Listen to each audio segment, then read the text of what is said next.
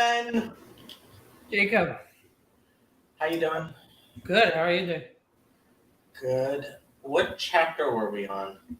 I think we were starting chapter 9. We finished chapter 8. Just like that. Chapter. Am I in the right place? This looks like chapter 9, yeah. Vehine makom.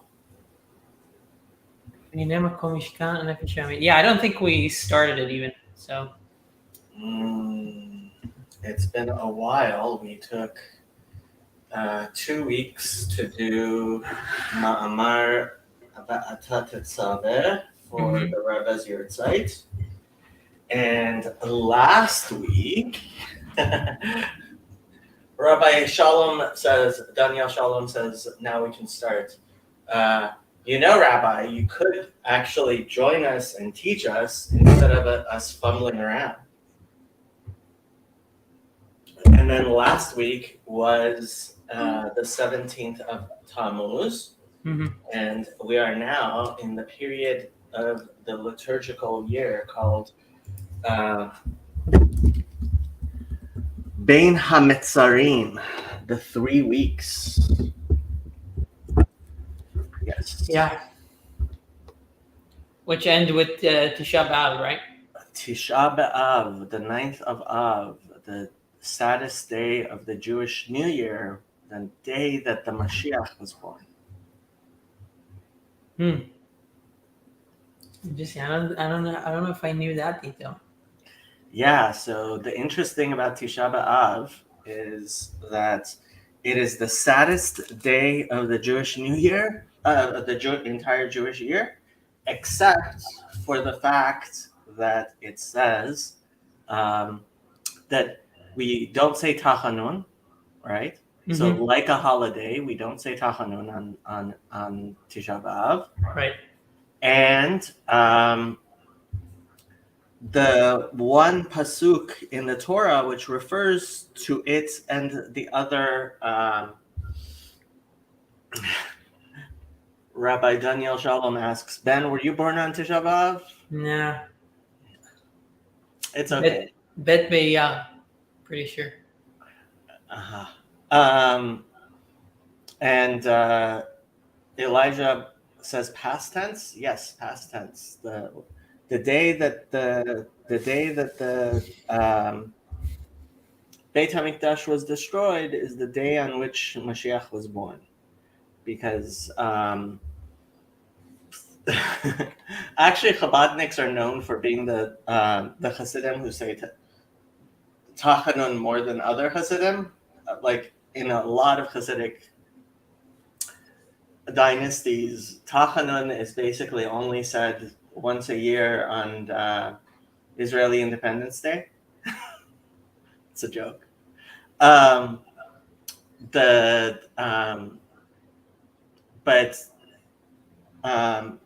was I saying about not saying Tachanun?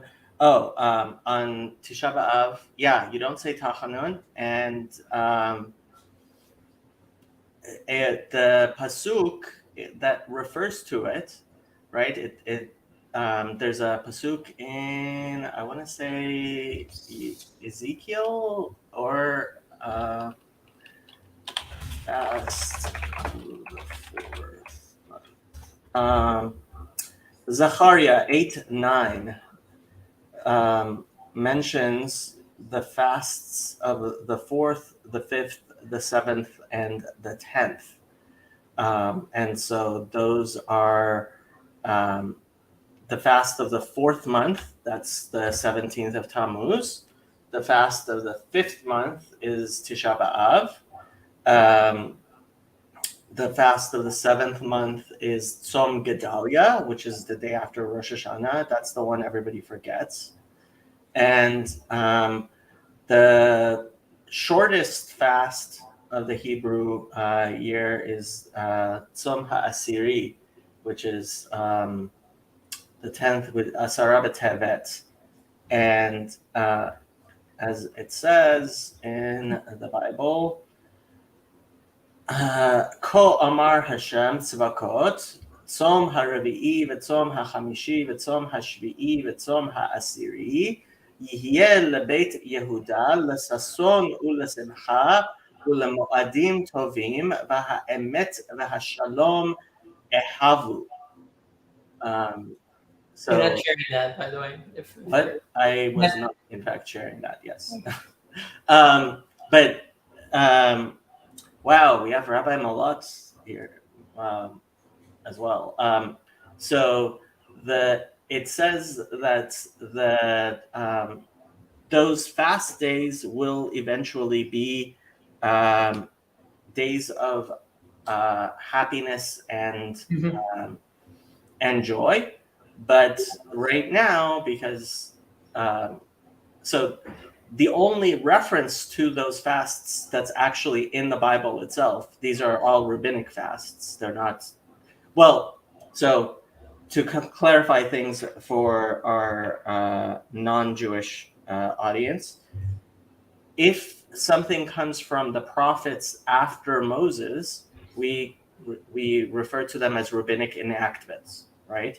So even though these are biblical in that they come from the 24 books of the Bible, as we call them, the Hebrew Bible, they come from the prophets who came after Moses, and therefore we refer to them as rabbinic enactments. But so they're not deoraita.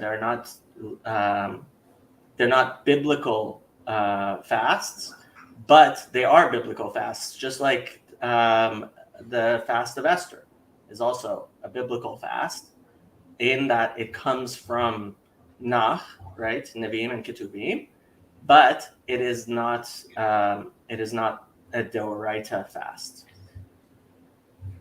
So yeah, I don't know how much you want to keep on talking about Bein HaMetzarim, or we can jump into. Yeah, I mean, I don't have any specific questions. So. Okay. So yeah, let's jump in. You want to kick us off, and then I'll warm up as I get used to this again. Sure. Thank you. והנה מקום משכן נפש הבהמית שמקליפת נוגה שבכל איש ישראל הוא בלב. So we have this idea that, so we were explaining that you have the nefesh habahamit, you have the animal soul, and in Jews, that comes from the klipat noga, that comes from the shining husk. And the place where that nefesh habahamit has its basically its seat, right, is in the heart. B'chalal hasmalit, smali shahu male dam, uchtiv ki hadam hu hanefesh, right? So in the left chamber of the heart, right, because this is where all of the basest instincts of a person come from, that is, I mean, not to be too literal about it, but you have the left chamber of the heart, and that's its essential makor, right? Makom mishkan, right, where it dwells. V'lachen kol hata'avot v'hatif'arut v'cha'as v'domehem hen balev. So all of the lusts and the boasting and the anger, right, and anything like it comes from that place in the heart. Umehalev hen mitpashtut tot bechol haguf, and that's where they emanate from into the rest of the body. V'gam ole lamawach shebarosh, and go up to the brain in the head. Lahashev ulaharher bahen lehitchakem bahem, right?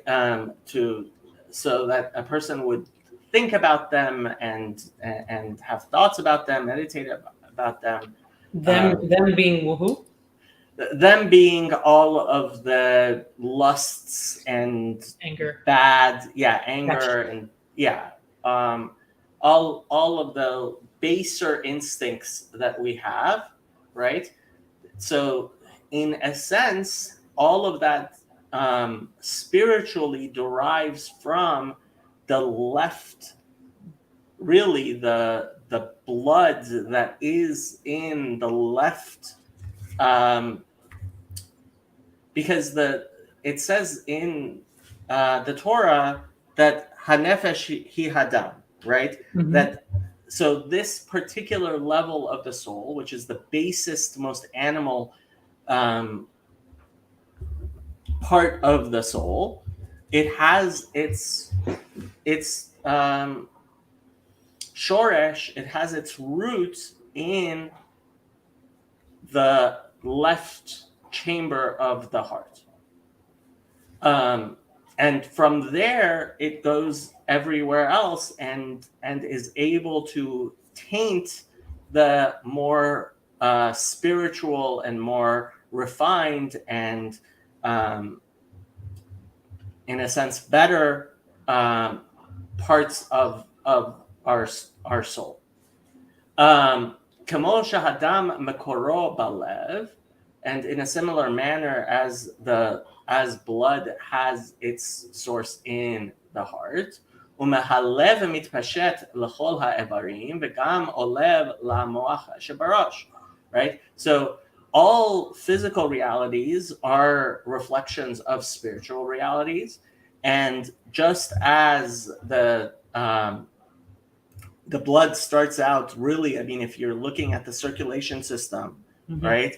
So where the blood has the least oxygen, right, is specifically when it gathers in the left chamber of the heart and goes from there to the goes to the lungs, and from the lungs gains oxygen and goes to back to the heart, and from the heart gets pumped out to the rest of the body, right? Mm-hmm. So in a sense, we can also learn out the spiritual ways that our um, our soul works by analogizing that to the spiritual, where you have the basest instincts that come from your nefesh habahamit, right? Your evil instinct, your evil inclination, and from there, the nefesh, right? Mm-hmm. From there, it is mitpashet. It spreads out to the rest of the body. Um, Okay, so two questions. One is yeah, more kind of like technical. Um, so is he deriving this from a specific source? Is he synthesizing this? Is this a new concept, or where does this come from? he is. I mean, he's synthesizing it from many places. Ultimately, this is a systematic exposition of things that are said in many different places. And he's synthesizing the teachings of starting with the Tanakh, but ultimately the Talmud and the Midrash and the Zohar and the teachings of the Arizal and the teachings of the Baal Shem Tov, Mm-hmm. all together in a systematic exposition that that's revealing things which prior to this composition were only taught to Yechidei Segula, people who were at the level to be taught such things after long study of certainly the entirety of the Talmud. But during the time, one of the teachings of the Baal Shem Tov, which at his time was very, and his students, which was very controversial, was to take these teachings, which were only taught to Yechidei Segula, and put them into versions which could be taught generally and publicly to anyone. Mm-hmm. And I have two things to say about that. First of all, yes, there certainly was and is the spiritual danger that people will take these things and have taken these things literally and mistaken them, and in their foolishness, just as medicine taken in the wrong doses can kill you, in a very similar manner, the Torah is called Sam HaChaim. It's called the how do you translate Sam HaChaim? A medicine, a drug of life. Yeah. So Elixir. if you take it with the right intentions and in the right doses, and in the right way, it gives you life. And if you turn it into kardon lachporba, if you turn it into a shovel to dig with, or you try to twist it to your desires, it will be something. Yes, precisely, Trey.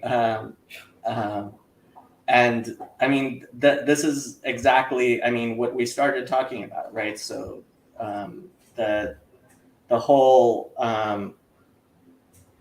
teaching regarding Jewish, the evil inclination of Jewish souls coming from Klipat Noga, coming from the shining husk, as opposed to, like, you saw how long I took explaining that when we first got to that concept in chapter 1. So there is that thing. The second thing is that these revelations, the way you know that these revelations are true is by matching them to the Torah that you already know and seeing that they are in fact a systematic exposition of the Torah which you have already learned. Now, hopefully, somebody who has learned certainly Chumash and Rashi, and has learned the rest of Nach, and has learned, Talmud, and hopefully even, I mean, when we get into the Hagaot, right, we get into the notes he makes, and he starts talking about the Kabbalah of the Arizal versus the Ramak, and there is a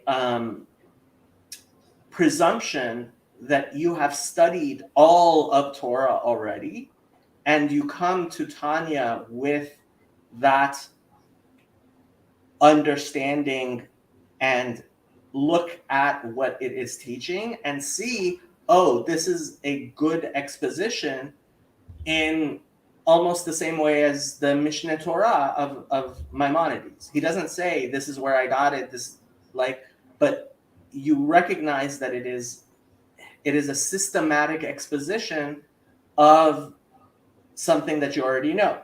Except most people who study Tanya these days are not people who have that type of, certainly not me. But if you look at everywhere else in the Torah, you will see that he's actually explaining much more difficult and much more detailed expositions by, for example, Reb Chaim Vital, who's the student of the Arizal, who explained the Zohar in ways that the greatest students of the Talmud were like, oh, he has opened this up for us. Yeah, I mean, this is the danger. This is directly related to the point you just made about the danger of reading this. Yeah. Yeah, and Chazi and I also spoke about that from Pirkei Avot in terms of the water, like, or the wise Chachamim tizhiru b'divreihem, Shema yigalu, right? Wise men, be careful in your words, lest you be exiled to the place of bitter waters, and your students will drink from them. That's if I remember the Mishnah in Pirkei Avot correctly. There's there. So the word Sadducee, right, in Hebrew is tzadoki, and when you're doing Pirkei Avot, you will notice that one of the students actually there, there's tzadok and there's baitos, right? Yeah. And the tzadokim and the baitusim were two of the great heretical sects that are mentioned in the Talmud. And there is often, all over Jewish history, this people who, most famously Rabbi Yochanan Kohen Gadol, who for 40 years was the Kohen Gadol, and after 40 years of being a great tzaddik, he went off the derech. He became a tzadduki, and I mean, this is something we talk about all the time. Is that what does the verse say? Al tivtichu ben nidivim, right? Don't trust in princes, right? Doesn't say al tivtichu be rishayim. Doesn't say don't have confidence in horrible people. It says ben nidivim, but in princes, in great people, right? Because a human being is also always fallible, and we always have to recognize that we ourselves are fallible. And so that's one of the things, is that even the best of things, right? I was actually talking to somebody, and he was complaining that some of the words of the Rebbe have been taken by some Hasidim in ways that I would agree are clearly very problematic and heretical. And he's like, well, why did the Rebbe say things which could be taken out of, could be misunderstood? And I said, excuse me, have you ever heard somebody take the Torah of Moshe Rabbeinu and explain it in a way that's wrong, right? Like, even Moshe Rabbeinu, Torah Moshe, right? The most clear and beautiful and holy revelation of Torah possible, right? That Shechina medaberet mitoch grono, right? Yeah, there was a question posed to in a Q&A that I saw with David Gottlieb, Rabbi Gottlieb. Rabbi Gottlieb, yes, I had him when I was in Israel. Yeah. So it was somebody who was saying, like, raising that point to mention, or to, as a point about how, if the Torah is the word of God, or it was written by Moses, how can people misinterpret it? Wouldn't God want to just, like, make sure that people understand what he wants them to do? And I mean, to simplify it, Rabbi Gottlieb just said, in terms of it comes down to free will, right? If there is no other way to understand something, where is the challenge? Where is the choice that you are supposed to make? And that's, I mean, when we say ubacharta b'chaim, right? It says in Deuteronomy 30, it says, I have set before you life and death, right? In the Torah, it says, I have set before you life and death. Choose life.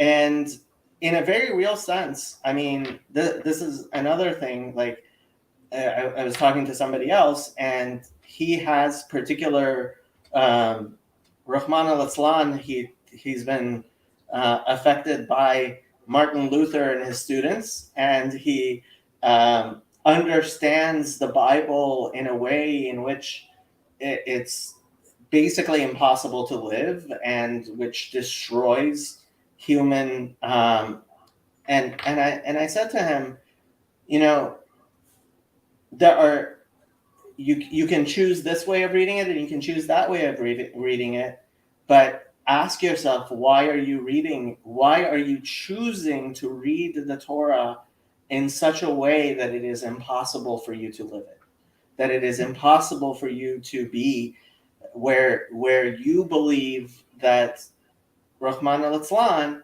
that the that that the Torah exists, heaven forbid, simply to condemn all of us um, to eternal damnation. Like, what? How is that ubacharta b'chaim? How are you choosing life? How are you seeing the gift of life in the Torah?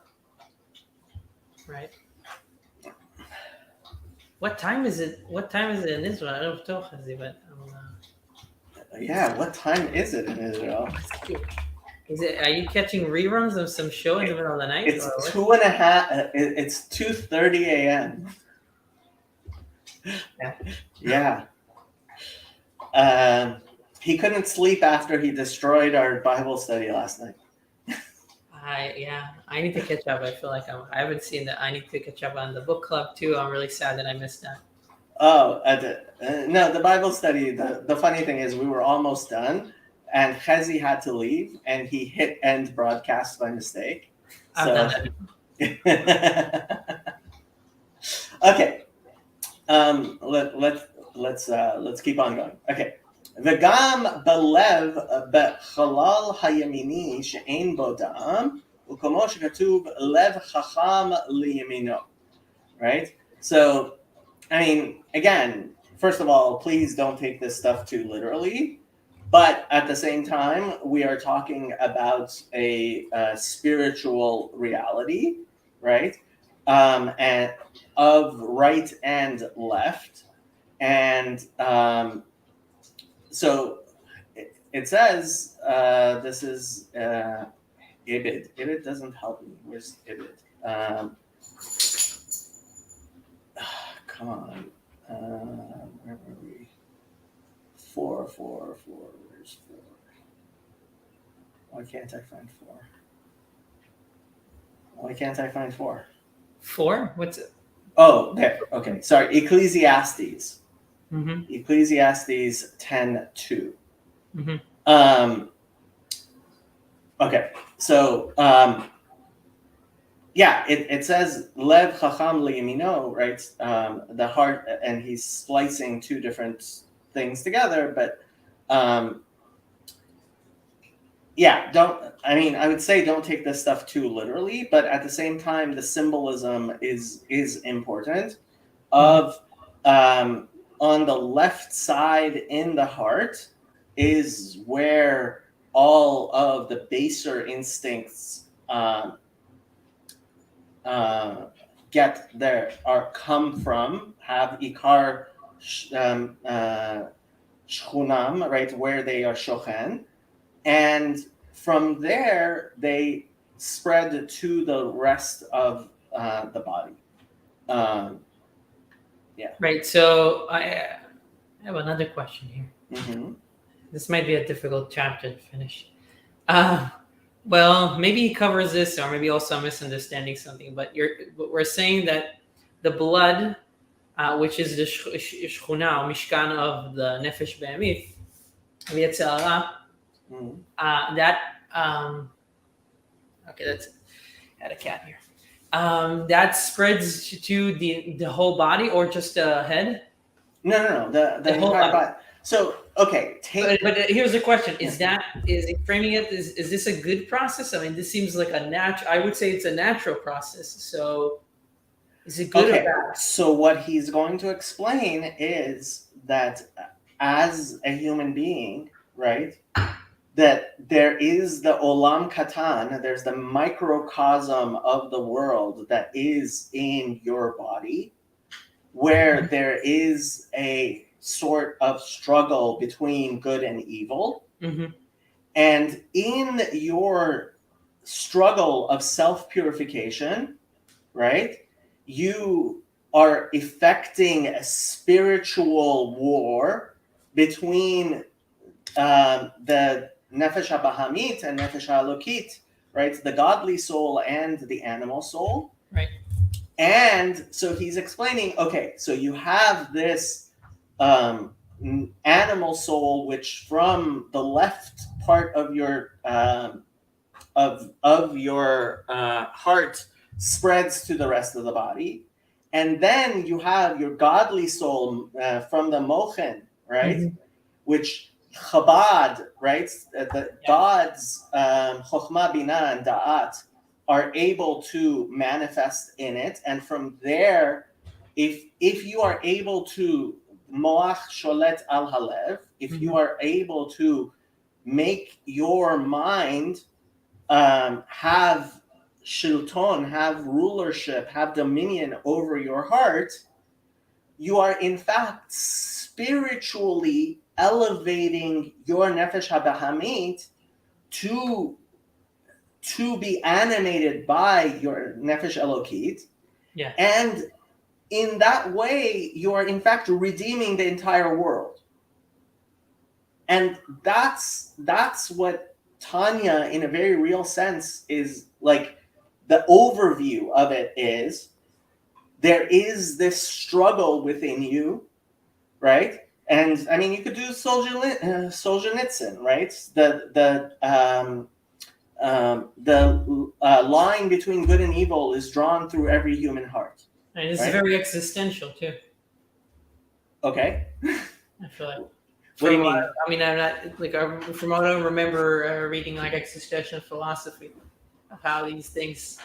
Well, existentialists, I mean, they believed that it is what it is, and every human being has capacity for good and evil, and that it is absurd to even. I mean, ultimately, existentialists believed it was absurd to even try to make the world a better place. So, in one sense, I would say no. It's very much not like the existentialists, Right. because what he's saying is, look, yes, you have this evil inclination, but at the same time, you also have this godly soul, and by even so slightly turning towards the godly soul, Mm-hmm.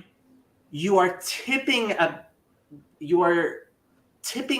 things in such a way that the entire world actually, like,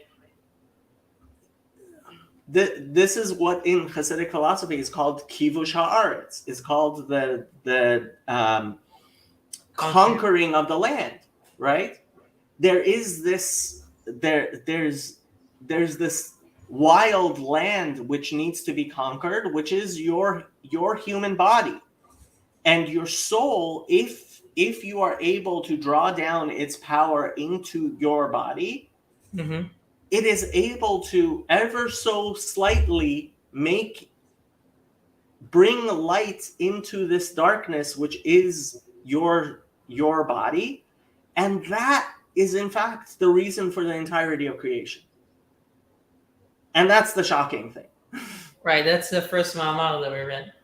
The purpose. Oh, right. Purpose.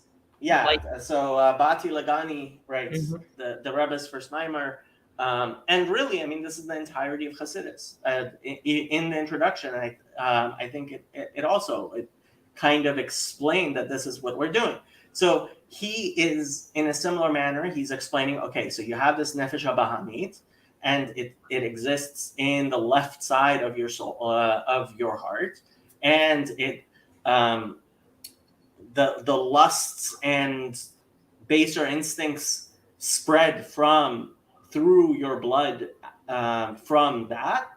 And later on, I mean, I don't know how much later on, he's going to start explaining that now there's also the capacity of your moach to be sholet al halev and to actually manifest godliness in the world.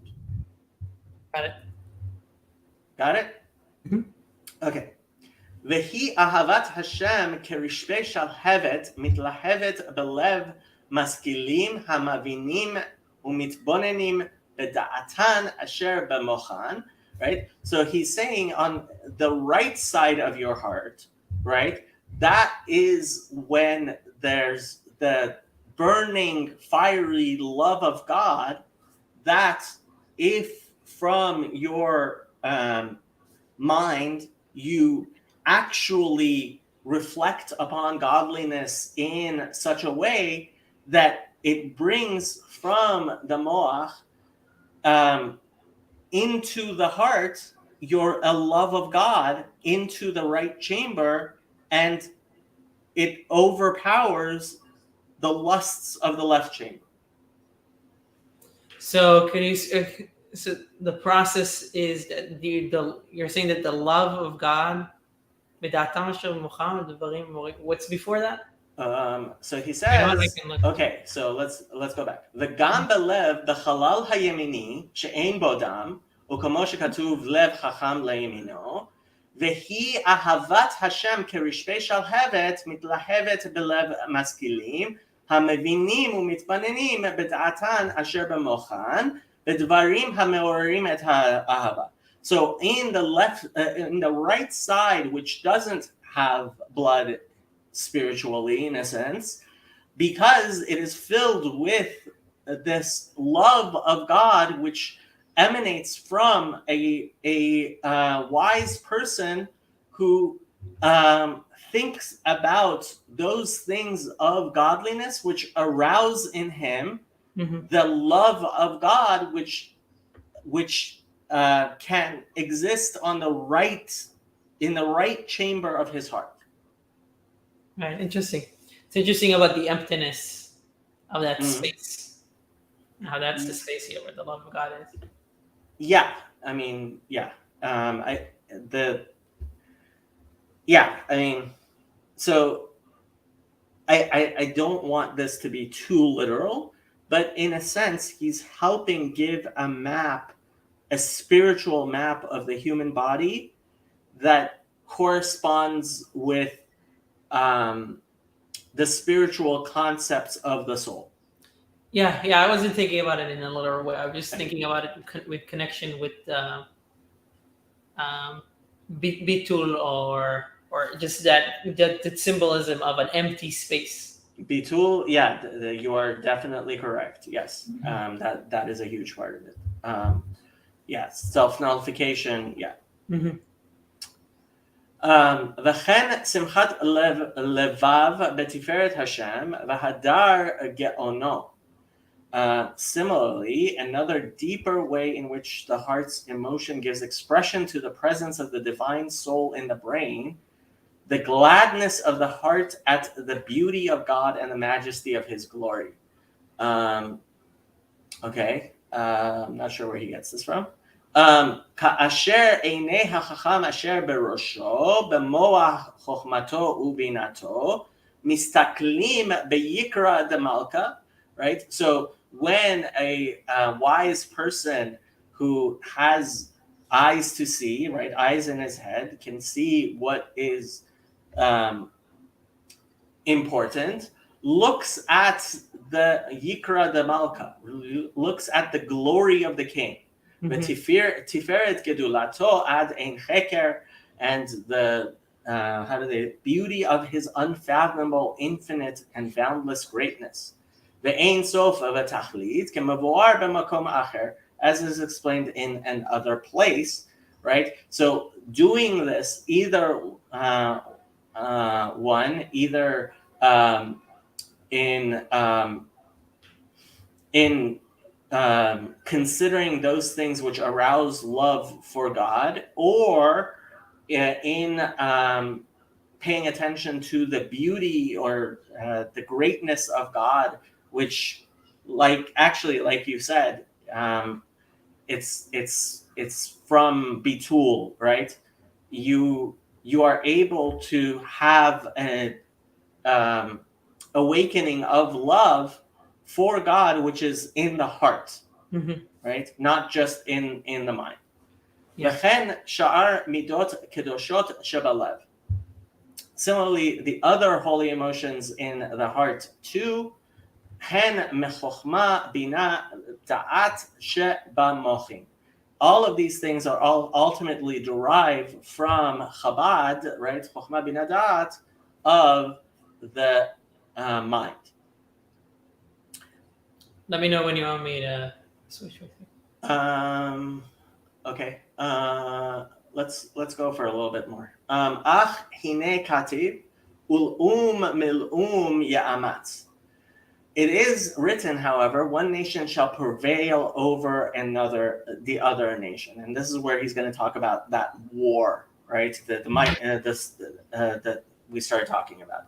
Ki haguf nikra ir ketana, right? The body is called a small city or a microcosm. Uchamosh shnei malachim nilchamim al ir achat, like two kings would fight over one city. Shekol echad ratzeh lechofsho shah v'limloch aleha. Each one wants to conquer it and to be king over it. The hayinu lanhig yoshveha kirtzono v'kishiyyu sarim lemishmato. The whole asher yigzor alehem, right? That it would he would have complete capacity to rule over it. Kach shtei hanefashot. Similarly, the two forms of the soul, ha'elokit v'hachionit, ha'bahamit shemahaklipa, right? Whether it is the holy, godly soul or the animal soul that comes from the klipa, nilhamot zo im zo al haguf v'chol avarav. They fight over with each other regarding the body and its organs, right? How you are actually going to act.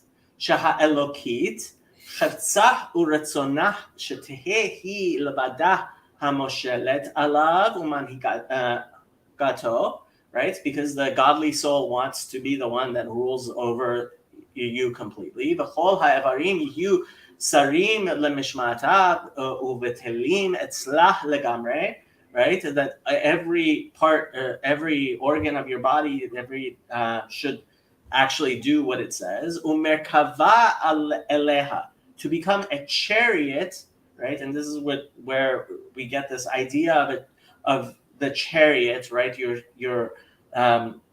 The tzaddikim are called chariots. They're called chariots to God because God ruled over them the way a driver rides his chariot, right?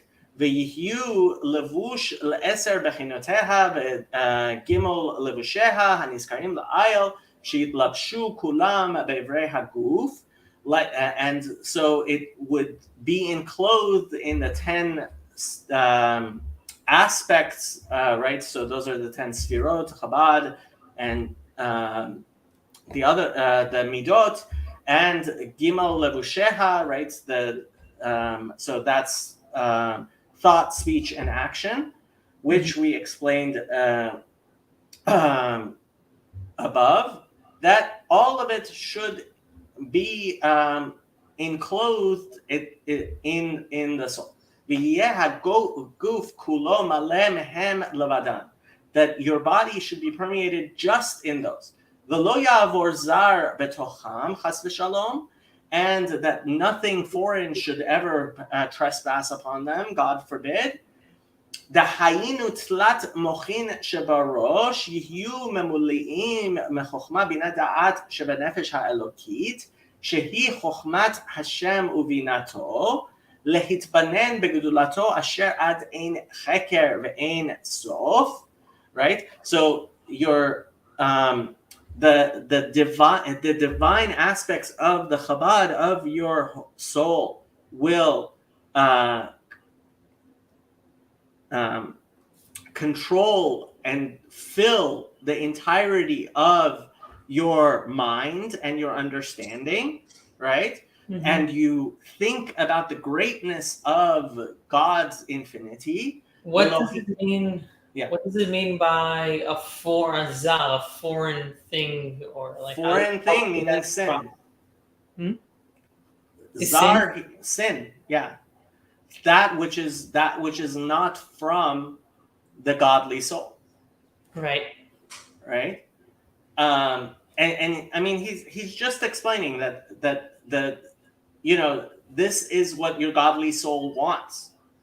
Um, that your capacity to do what it wants to rule completely over your entire body, at starting with um, your thoughts, right? And if your thoughts are pure, then להתבונן בגדולתו אשר אין חקר ואין סוף, להוליד מהן על ידי הדעת הירא במוחו ופחד השם בליבו, right? That would create the emotional aspects of love and fear in your heart. Well, specifically, he's talking about fear here. The ahavat Hashem ke'esh bo'ara, and love like a flaming fire. Belibo kerishbe shall have it like flames, right? Lihiot nechsafa vegam kalta, nafsho bahasheka v'chafetza, ledovka bo be'ein sof baruch hu bechol lev v'nefesh me'od. And so that there, yeah, and he's using language from Psalms to explain that there would be a true awakening of love and fear of God in your heart, that results from your thinking of the Torah and God, which would then me'umka deliba shebachalal hayamini, from the depth of the heart, which is in the right chamber, sheyihye toho ratzuf ahava maleh vegadush, right? So that there should be an overflowing and filled love of God in it, ad shetitpashet gam lachalal hasmali, faya lesitra achra yesod hamayim haraim shaba. And this is the point, to the point that it is able to overpower and crush, or faya, right? So this idea of working and overturning the evil that is in you, the sitra achra, so that it shall also become good. Yes. Yeah. So just trying to think through it, because at first it seems like the dichotomy is like the mind and emotion, or mind and passion, or mind and passion. And you say that it wants the mind, where he says that the godly soul wants to rule over the body and all of the passions.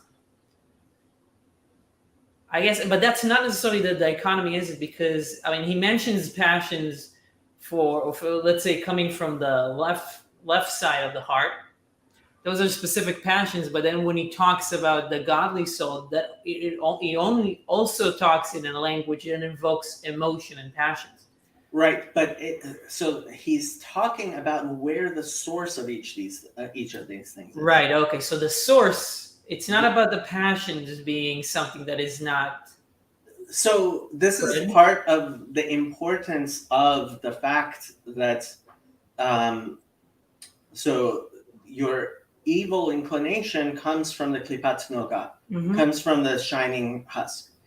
The fact is that nothing is completely worthless. Kol derachmana abid l'tav avid. Everything that God created, He created for the good. And so everything that exists in order so that it may in fact be used for the good that it has a potential for. Yeah. Right? So he's explaining, yes, you have like, okay, you have the tzaddikim who are, like Rava, who never sin and nothing, and they don't even have a desire, right? But then you have people like the rest of us, right, who have this um, yetzer hara, who have this um, lust and desire to do things which are not godly, which starts from the left chamber of the heart. And there's a war which can be fought by your holy soul, which has its makor, has its essential nature in your mind, where you consider the greatness of God and the beauty of God's works, right? And in that consideration, in that love of God, you inspire your emotions, right? You inspire love and fear of God through your Chabad, through Right. your intellect. You inspire love and fear of God to such an extent that it is able to win over and fight the lusts of the heart. Got it. Okay. Yeah. So two things. Emotions that are coming from the godly soul and have their source there, and then the redeemable passions that are fought over. Yeah, I mean, ultimately everything, like even lust, right? You know, married man and woman, their love for each other, right, which is in the correct place, it produces a child. That's the most wonderful thing, right? And it's redeeming that capacity of um, the, to of some of the basest emotional instincts. Okay. Yeah. I think I. Okay. So my question, I guess, I don't know if it's too nitty gritty, but my question is: isn't there? Are we saying that there is no lust that is coming from the the mochin, the nefesh eloit, the godly soul? No. So Or is it just the we're redeemed? saying that if you are if it comes from the mochin, if it comes from Chabad, from the godly soul, Right. right? Then it will overpower and will so no it if its root comes from Chabad and really Torah, then no, it's not like you're saying emotions are all bad. You're Right. saying that there are emotions which have their root in the klipat noga, which have in our selfishness and our own desires and our animal instincts. And then there's the capacity for our intellect to awaken a love and fear of God, which conquers our capacity for emotions that and turns them into holy things of God. Yep. Got it? Okay. עד שתתפשט גם בחלל השמאלי, right? Until it inundates the left chamber, right? לאחפיה לסטרה אחרא ליסוד המים הרעים שבה, right? And that's the element of the evil waters, מים הרעים that are in it. שהיא התאווה שמקליפת נוגה, right? Which is the lusts that emanate from the husk. לשנותה ולהפכה מתענוגי עולם הזה לאהבת Hashem, right? To turn it from the wanting desires in this world, mundane pleasures, to love of God. כמו שכתוב בכל לבבך בשני יצריך, right? So it says, Deuteronomy 6:5, ואהבת את השם אלוקיך בכל לבבך ובכל נפשך ובכל מאודיך, right? And in Hebrew, there are two ways you can write heart. You can write lev and you can write lavav, right? And as our sages explain, when it says lev, it means a unified heart, either for the good, but usually for the good, but sometimes even for the bad.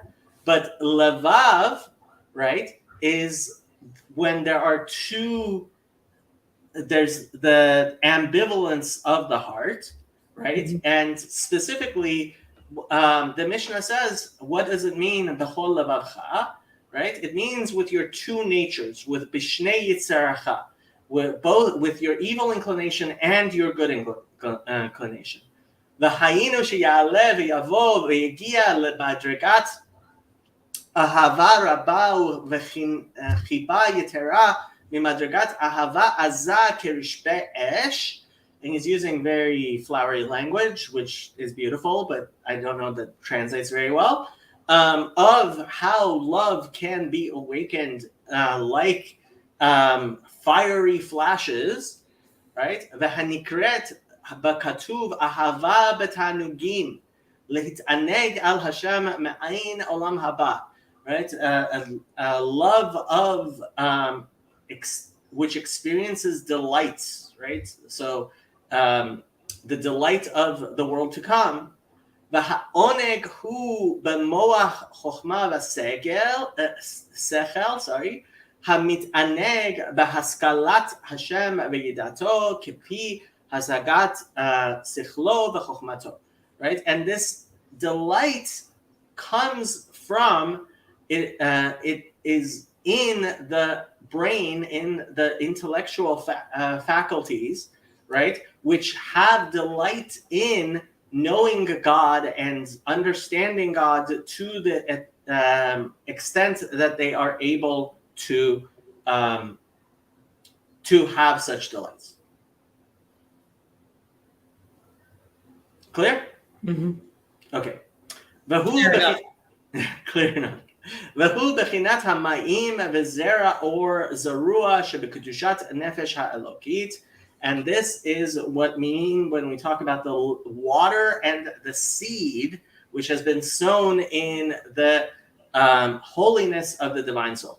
המהפכת לטוב את בחינת המים שבנפש הבהמית, שמהם באו תאוות תענוגי olam hazeh mitchila, right? That it has a capacity to overpower and transform that those waters that come, or lusts that come in from the animal soul. This concept of pleasure originated from. וכמו שכתוב בעץ חיים שער נון בפרק ג' בשם הזוהר, like is explained in the works of the students of the Arizal, upon the authority of the Zohar, שהרע נהפך להיות טוב גמור, כמו יצר טוב ממש, בהסיר הבגדים הצועים ממנו, שהם תענוגי עולם הזה, שהוא מלובש בהם. Right? When you take those unclean rags, right? Those dirty rags, which your body is clothed in, and you, in essence, you clean them, you transform them into godliness, right? It transforms the evil to good. Right. וכן שאר כל המידות שבלב שהן ענפי היראה והאהבה יהיו להשם לבדו, and so all the other emotions that you may have ultimately they are offshoots of fear and love of God. וכל כוח הדיבור שבפה והמחשבה שבמוח יהיו ממולאים מן לבושי המחשבה והדיבור של נפש האלוקית לבדה, right? So if you have your thoughts purified in thinking only the pure thoughts of the divine soul and only speaking those things of the divine soul which are pure and good, shehen machshavat Hashem v'torato, which are the thoughts of God and His Torah. Lihyot sichato kol hayom, so that all day long, all you do is you speak of God and holiness and His Torah. La pasik pome migirsa, right? So his mouth does not stop from repeating the Torah. וכוח המעשי שבידיו ושאר רמ"ח איבריו יהיו במעשה המצוות לבד, שהוא לבוש השלישי של נפש האלוקית. And in being that enwrapped in thoughts and words of Torah, then also your physical, your actions and your physical body will also be enclosed in the holiness of the godly soul. Levush lishi is like the third. That's the actions. Yeah. So you have the three levushin, which are thought, speech, and action. Yeah. Mm-hmm. Yeah. Ach nefesh habahamit shema klipa ritzona le'efek mamash. But the animal soul, which comes from the husk, right? It's actually the exact opposite. לטובת האדם שיתגבר עליها וינצחנה כמשל הזונה שבזוהר הקדוש, right? Rather, it wants to make a person think only about himself, right? And his own delights, like the parable of the harlot, the Zonah, in the Zohar. The parable, a king desired to test the moral strength of his only son. He had a most charming and clever woman brought before him. Explaining to her the purpose of the test, he ordered her to exert every effort to seduce the crown prince. For the test to be valid, the supposed harlot had to use all her charms and guile without betraying her mission in the slightest way. Any imperfection on her part would mean disobedience and the failure of her mission. However, while she uses all her seductive powers, she inwardly desires that the prince should not succumb to them. Right? We got it? Yeah, so too in our case, the klipa itself desires that men overcome it and not permit himself to be led astray. Yep. Ultimately, even the animal soul, really, and even the Satan, they really want God's will to be. Right. Ultimately, everything only does what God wants.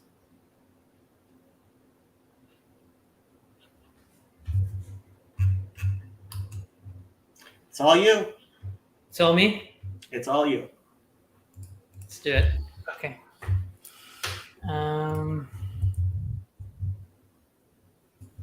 Let's rejig my screen. Okay.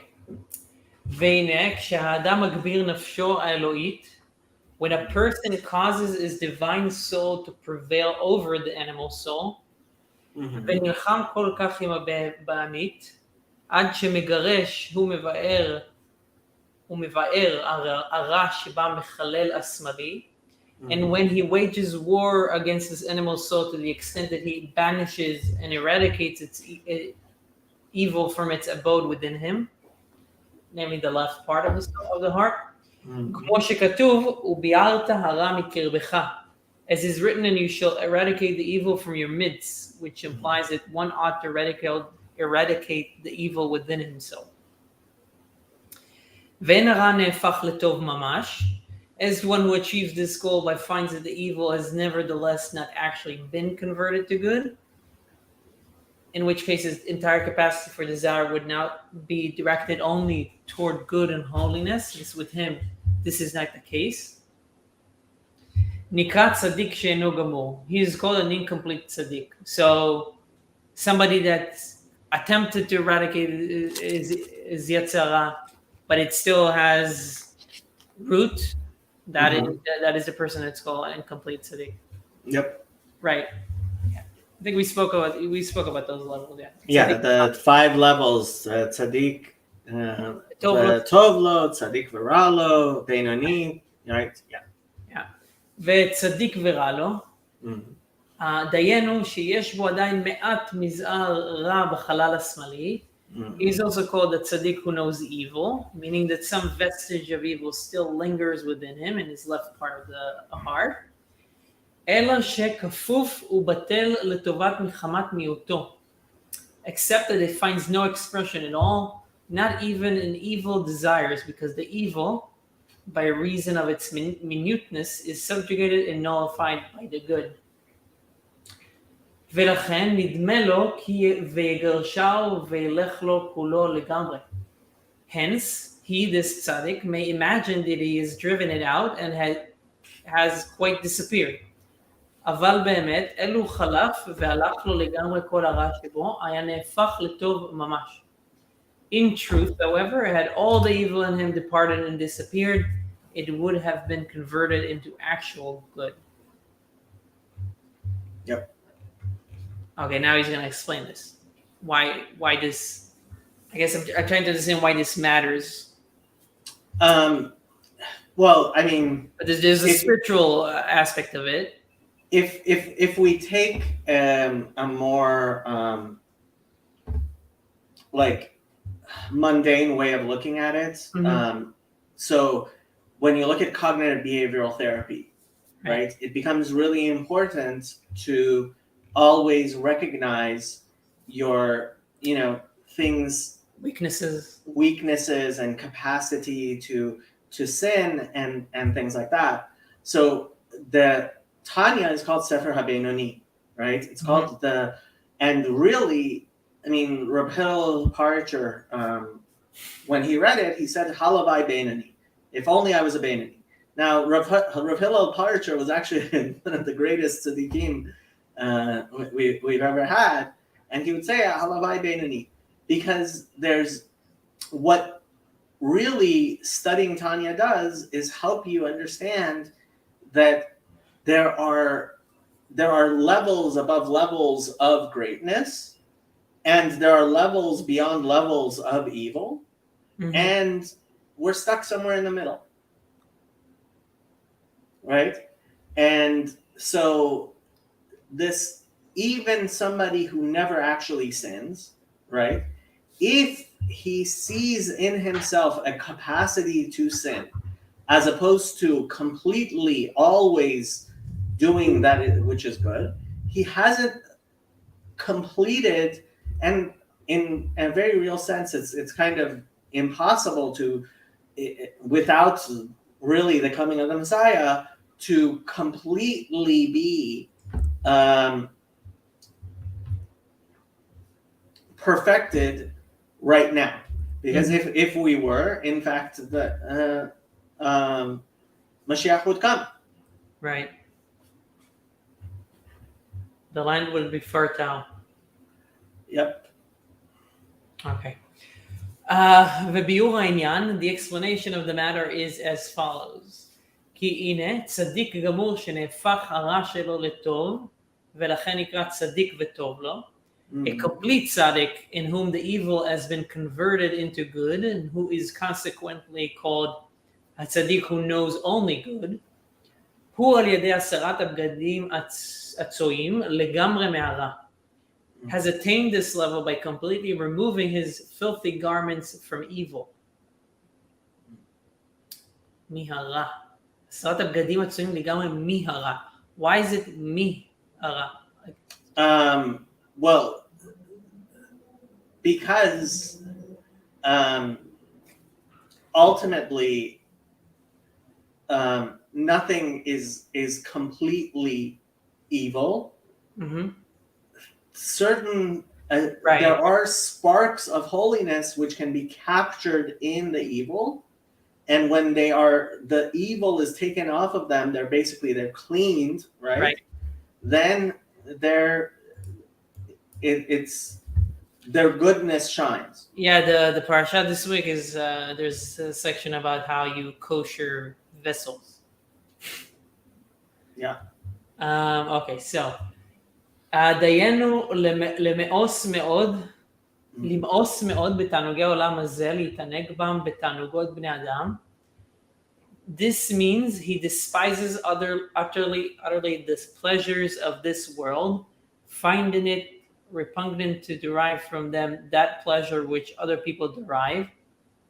למלואת תאוות הגוף בלבד, ולא לעבודת השם. Namely, the pleasure of merely gratifying the physical appetite instead of using this pleasure toward the service of good. Yeah. So the worldly pleasures that are not good are the ones that are merely for physical gratification.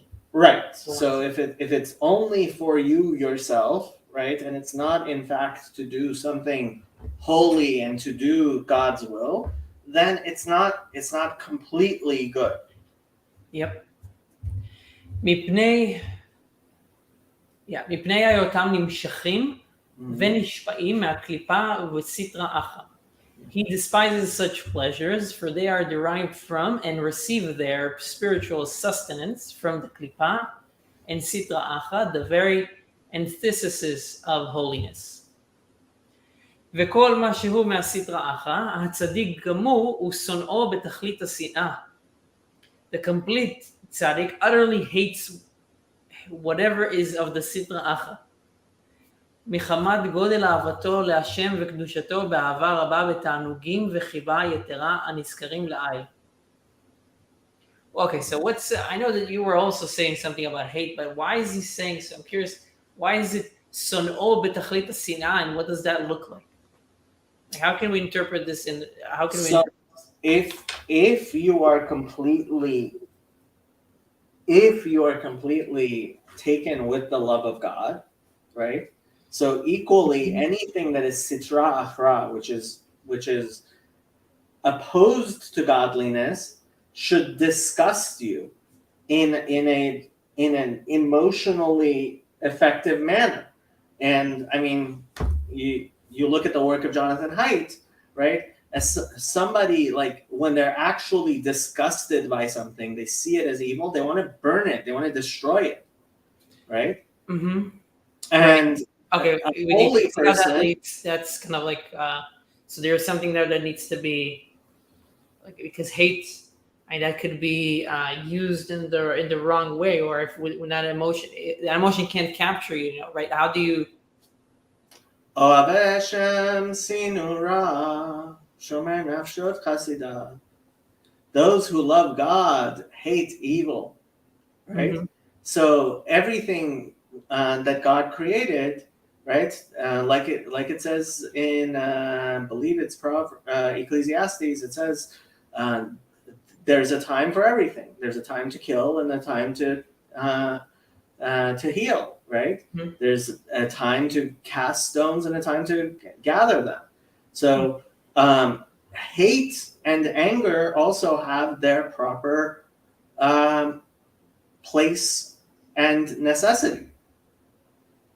And when you have true love of God, then your hatred is towards that which is against godliness.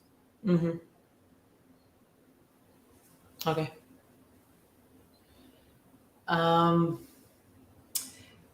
מחמת גודל אהבתו להשם וקדושתו באהבה רבה, בתענוגים וחיבה יתרה נזכרים לעיל, because of his great love, a profuse love of delights, and his superior degree of affection for God, and his holiness, as mentioned above. כי הם זה לעומת זה, since they, holiness and klipa, are antithetical.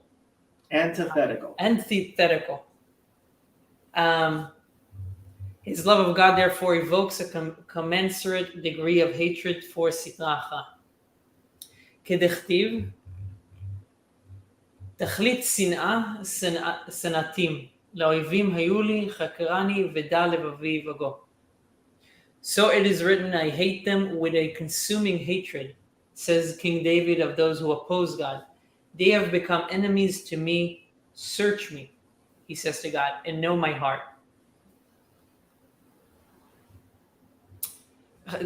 Search me, like he's asking him to, like, this is really what I feel, like, see that this is. Yeah, he's saying, God, look within me, like everything within me has turned towards love of you, and even his hatred has turned towards those things which God hates.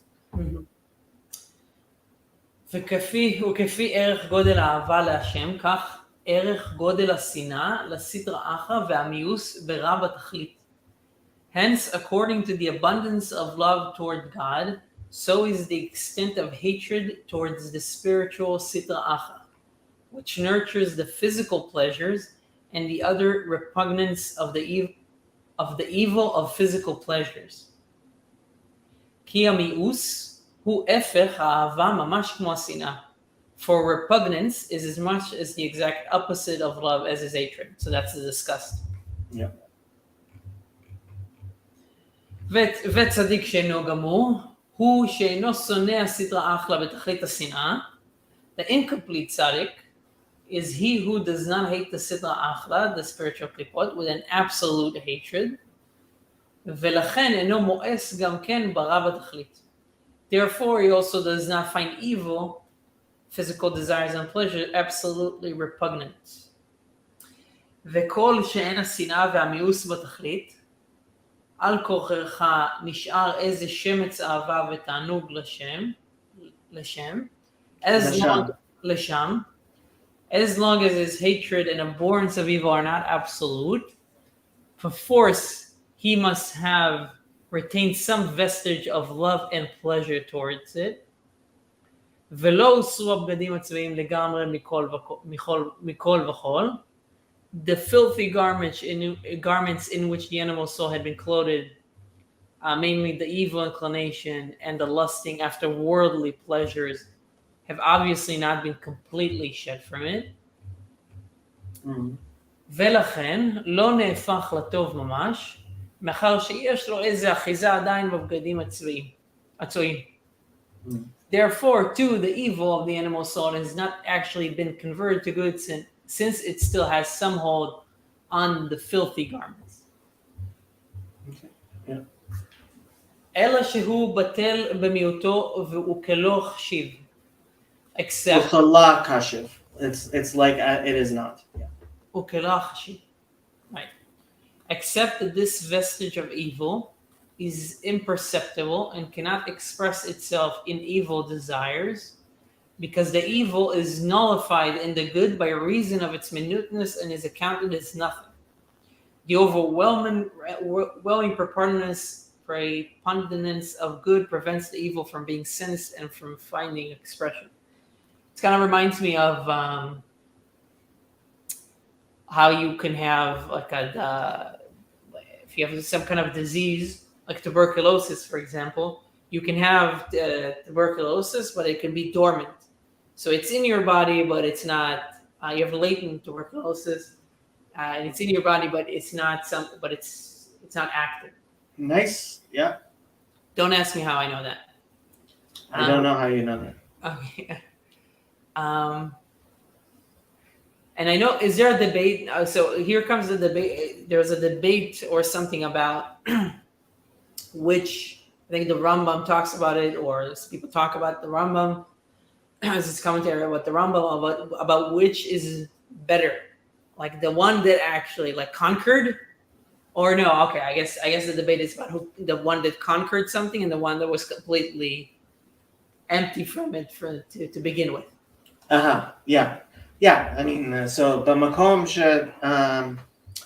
שצדיקים גמורים עומדים, במקום שבעלי תשובה עומדים, אין צדיקים גמורים עומדים, in a place that a repentant sinner stands. Yeah. Someone who has never sinned cannot stand, because he is not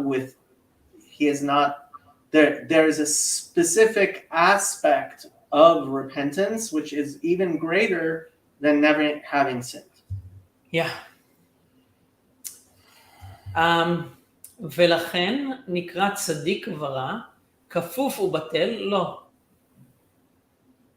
What is, indeed he is therefore called tzaddik ורע לו, which means a tzaddik whose evil is subjugated and surrendered to him, to the good within him. Mm-hmm. So, ולכן נקרא צדיק ורע, כפוף נקרא צדיק ורע לו. צדיק ורע כפוף ובטל לו. Okay, that's, I was trying to figure that out. Yeah. Okay. ועל כן, גם אהבתו להשם אינה בתכלית. Perforce, then, the fact that, I have no idea what perforce means, by the way. Al ken. Okay, sorry. Then the fact that he retains some evil indicates that his love of God is also not complete. For complete love of God would have converted all the evil within him to good. ולכן נקרא צדיק שאינו גמור. He is therefore called an incomplete צדיק. והנה מדרגה זו מתחלקת לרבבות מדרגות בעניין בחינת מיעוט הרע הנשאר מאחת מארבע יסודות הרעים. Now this level, that of the incomplete tzaddik who knows evil, is subdivided into myriads of levels consisting of varying degrees in the quality of the minute remaining evil deriving from any one of the four elements, okay, of which the animal soul is composed. Right. So ultimately, right, again, he's explaining there's many levels, right? And instead of taking this black and white, oh, this person's a tzaddik, this person's a Rasha, right? There are many levels. And instead of thinking of yourself as like, oh, I'm perfect or I'm horrible, you have to understand that you are standing somewhere in this battlefield, and your job is to turn towards the good. Mm-hmm.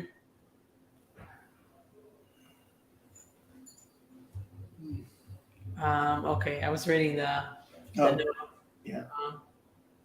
Okay, ובעניין ביטולו ובמיעוטו, the subdivision that we just talked about also takes into account the degree to which the evil, the remaining evil, is nullified in the good because of its minuteness.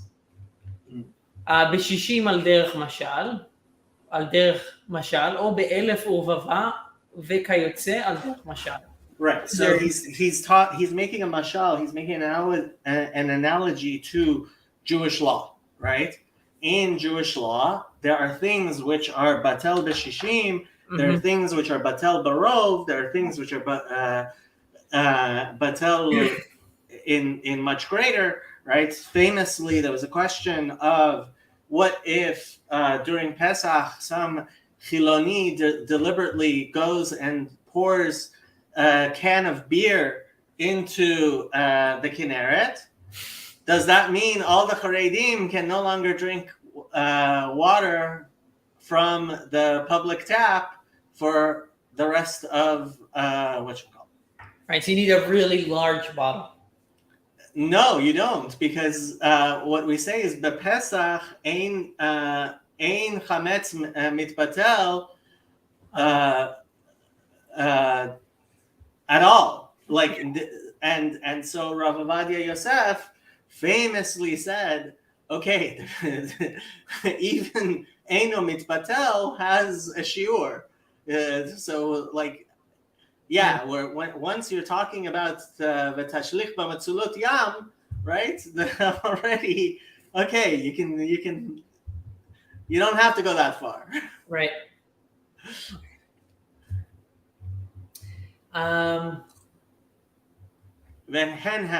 והן הם בחינות צדיקים הרבים שבכל הדורות.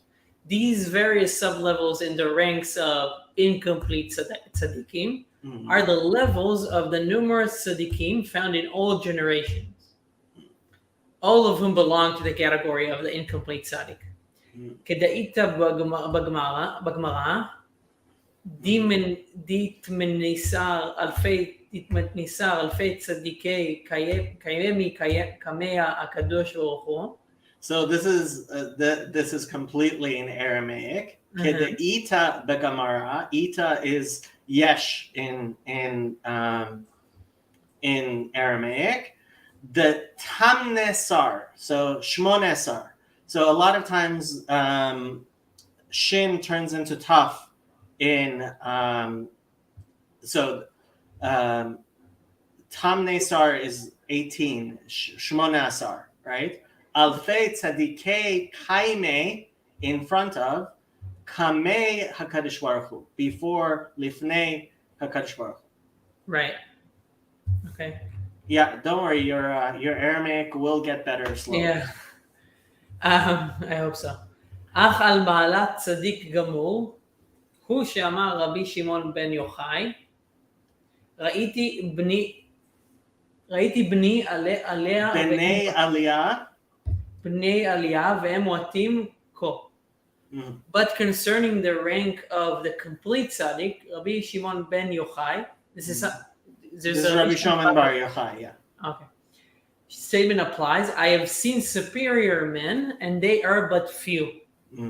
שלכם נקראים בני עלייה, שמהפכין הרע ומעלים אותו לקדושה. The reason that the complete tzaddikim are called bnei aliyah, men of ascent, is that they convert evil and make it ascend to holiness. כדאיתה בזוהר בהקדמה, שכשרצה רבי חיה לעלות להיכל רבי שמעון בן יוחאי, שמע כלה נפיק ואמר, נפיק.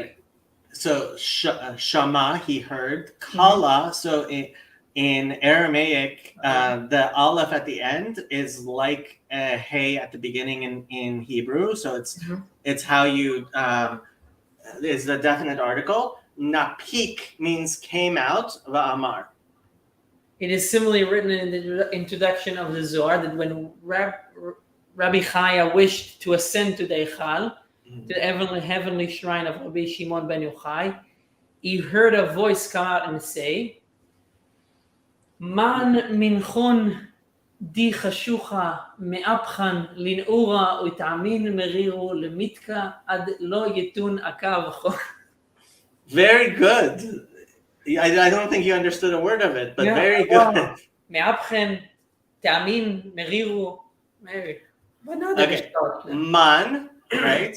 Me, minchon, minchon, from you. How do you say that in modern Hebrew? I don't even know how to say that. Mimcha? Minchem. Mimchem, yeah. Yeah, minchem. D, so D is she in Hebrew. Chashucha, right? So darkness, chashucha. Yeah. Mahapchan, it turns over. Linahora, nahora is light. V'ta'amin, and taste. Mariru, bitter, right? Lemitka, mitka is metuka, right? Ad la yaton, and I think yaton is yaton is buying, to come. Yete is to come. Hacha, here. Hacha, here, okay. Yeah.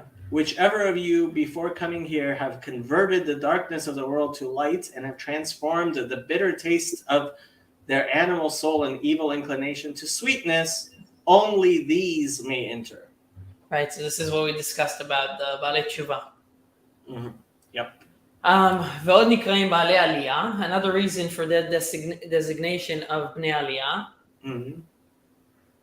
מפני שגם עבודתם בבחינת ועשה טוב. ועשה טוב. בקיום התורה ומצוותיה, הוא לצורך גבוה ומעלה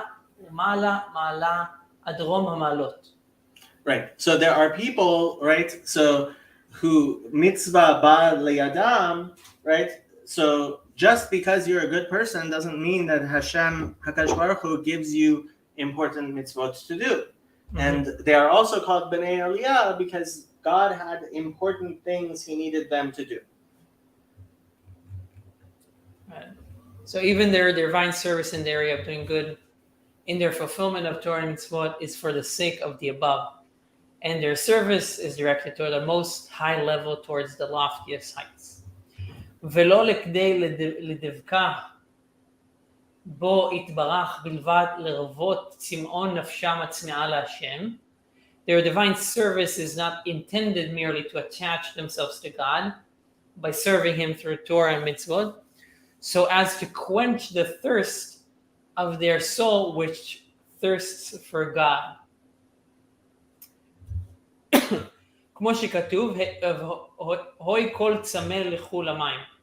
As it is written, Ho exclaims the prophet, all who are thirsty for godliness should go to the waters of Torah, i.e., let them engage in Torah, which is likened to water. These people are so great that they do mitzvot not even for the great, like it's a great level to love God so much that you want to do mitzvot, but these people are even above that. Right.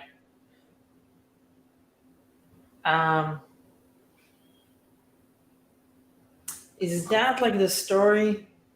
I think that I heard kind of. I think maybe like the Rabbi Gordon, the person that did the Chumash with Rashi, like the daily study. I think he mentioned the story about this one Rabbi that one person that used to donate a lot of money and then he stopped. And because he saw that he was doing it just because, it made him feel good. Yeah, so he wanted to stop to see.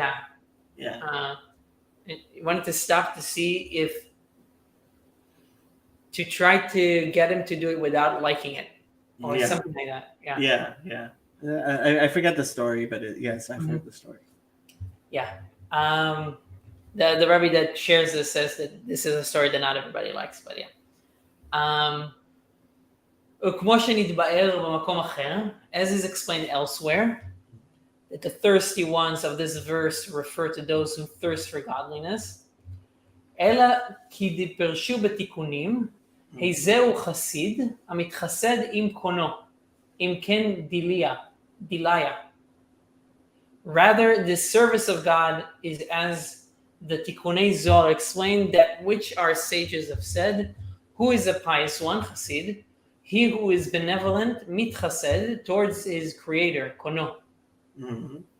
And apparently, so it makes a thing, im kan delay. So kono, right, is so kan is a nest, right? So they're explaining from what does it mean?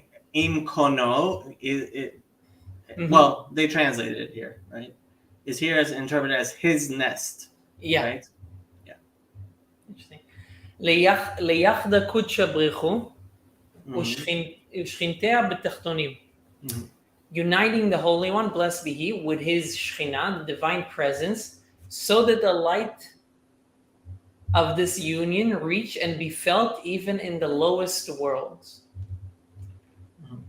הוא כמו שכתוב בראיה מעיינה פרשת תצא, קיברא דאשתדל, בטר אבוי, ועיימיה דרכים לא יתיר מגרמיה ונפשיה, ורוח ונשמתיה כה.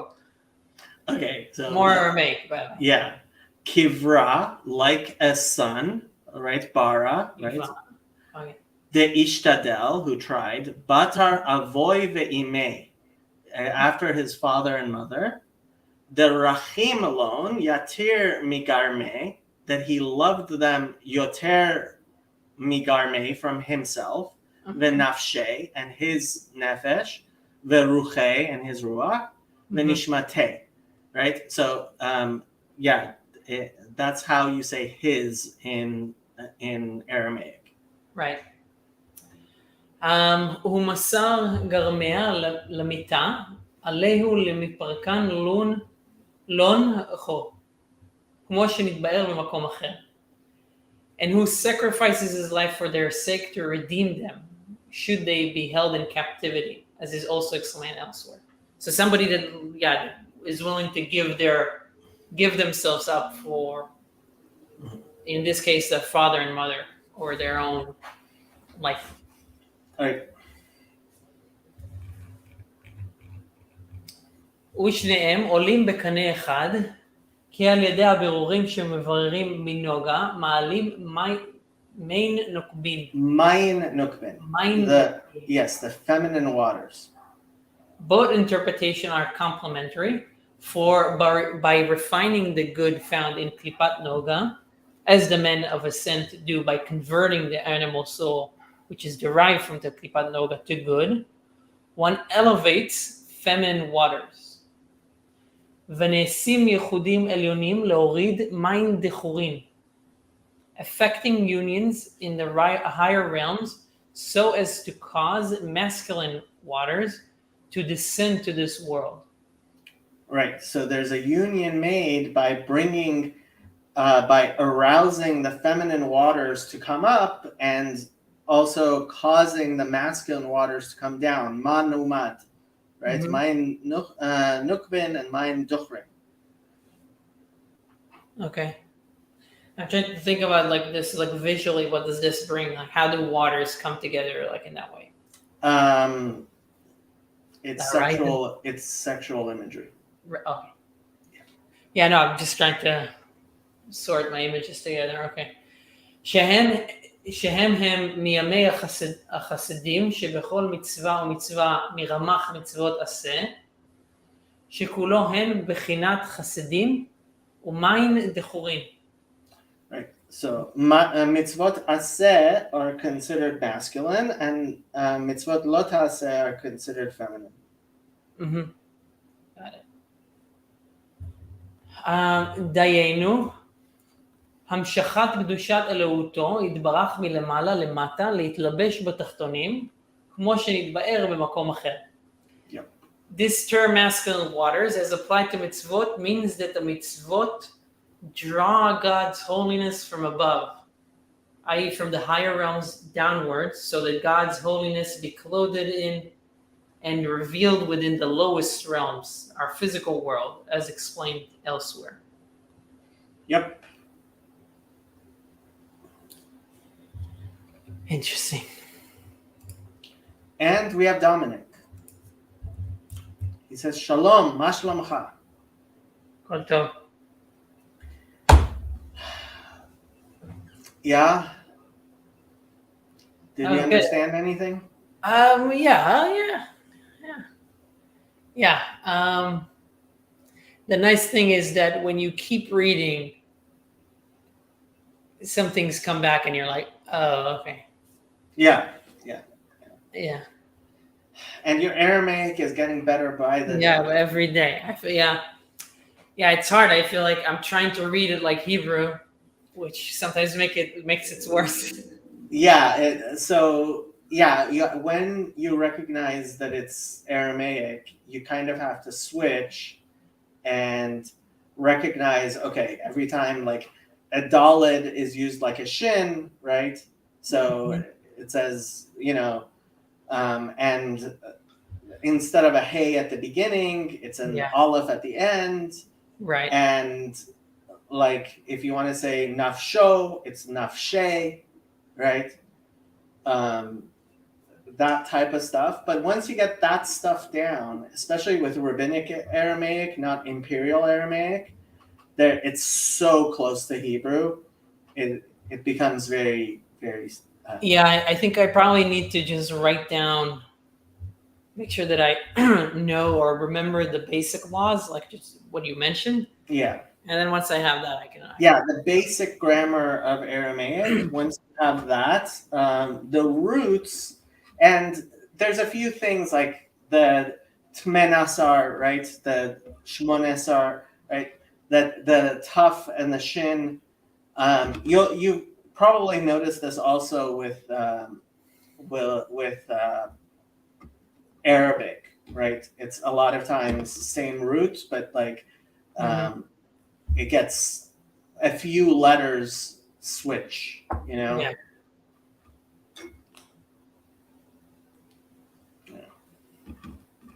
Yeah. No, I'm glad to get into it again. But you kind of need to be in a headspace. Yeah. It's different. It's different from the other things that I do day to It's, day. So I kind of like to yeah. Well, once you become a great rabbi, you know, maybe that will become the norm. you'll be teaching Torah. La pasik pume migarsa, right? You will not stop teaching Torah at any point. Just become a complete tzaddik gamor. It's high dreams, Yeah, yeah. big dreams. Cool. So, anything you wanted to discuss, or should we land the plane? Yeah, I don't think so. I need to catch up on things. I only saw your rant about Greg Horowitz. That's the only thing that I'm caught up on from the last week. And Paul posted another, like he's posted another Greg Horowitz thing, and it's like, why is he doing this to me? He's just torturing me deliberately. Yeah. But no, yeah, I need to get back to it. Yeah, you also missed book club. How can you miss book club? I know. I was sad. How did it go? It went okay. I was actually like,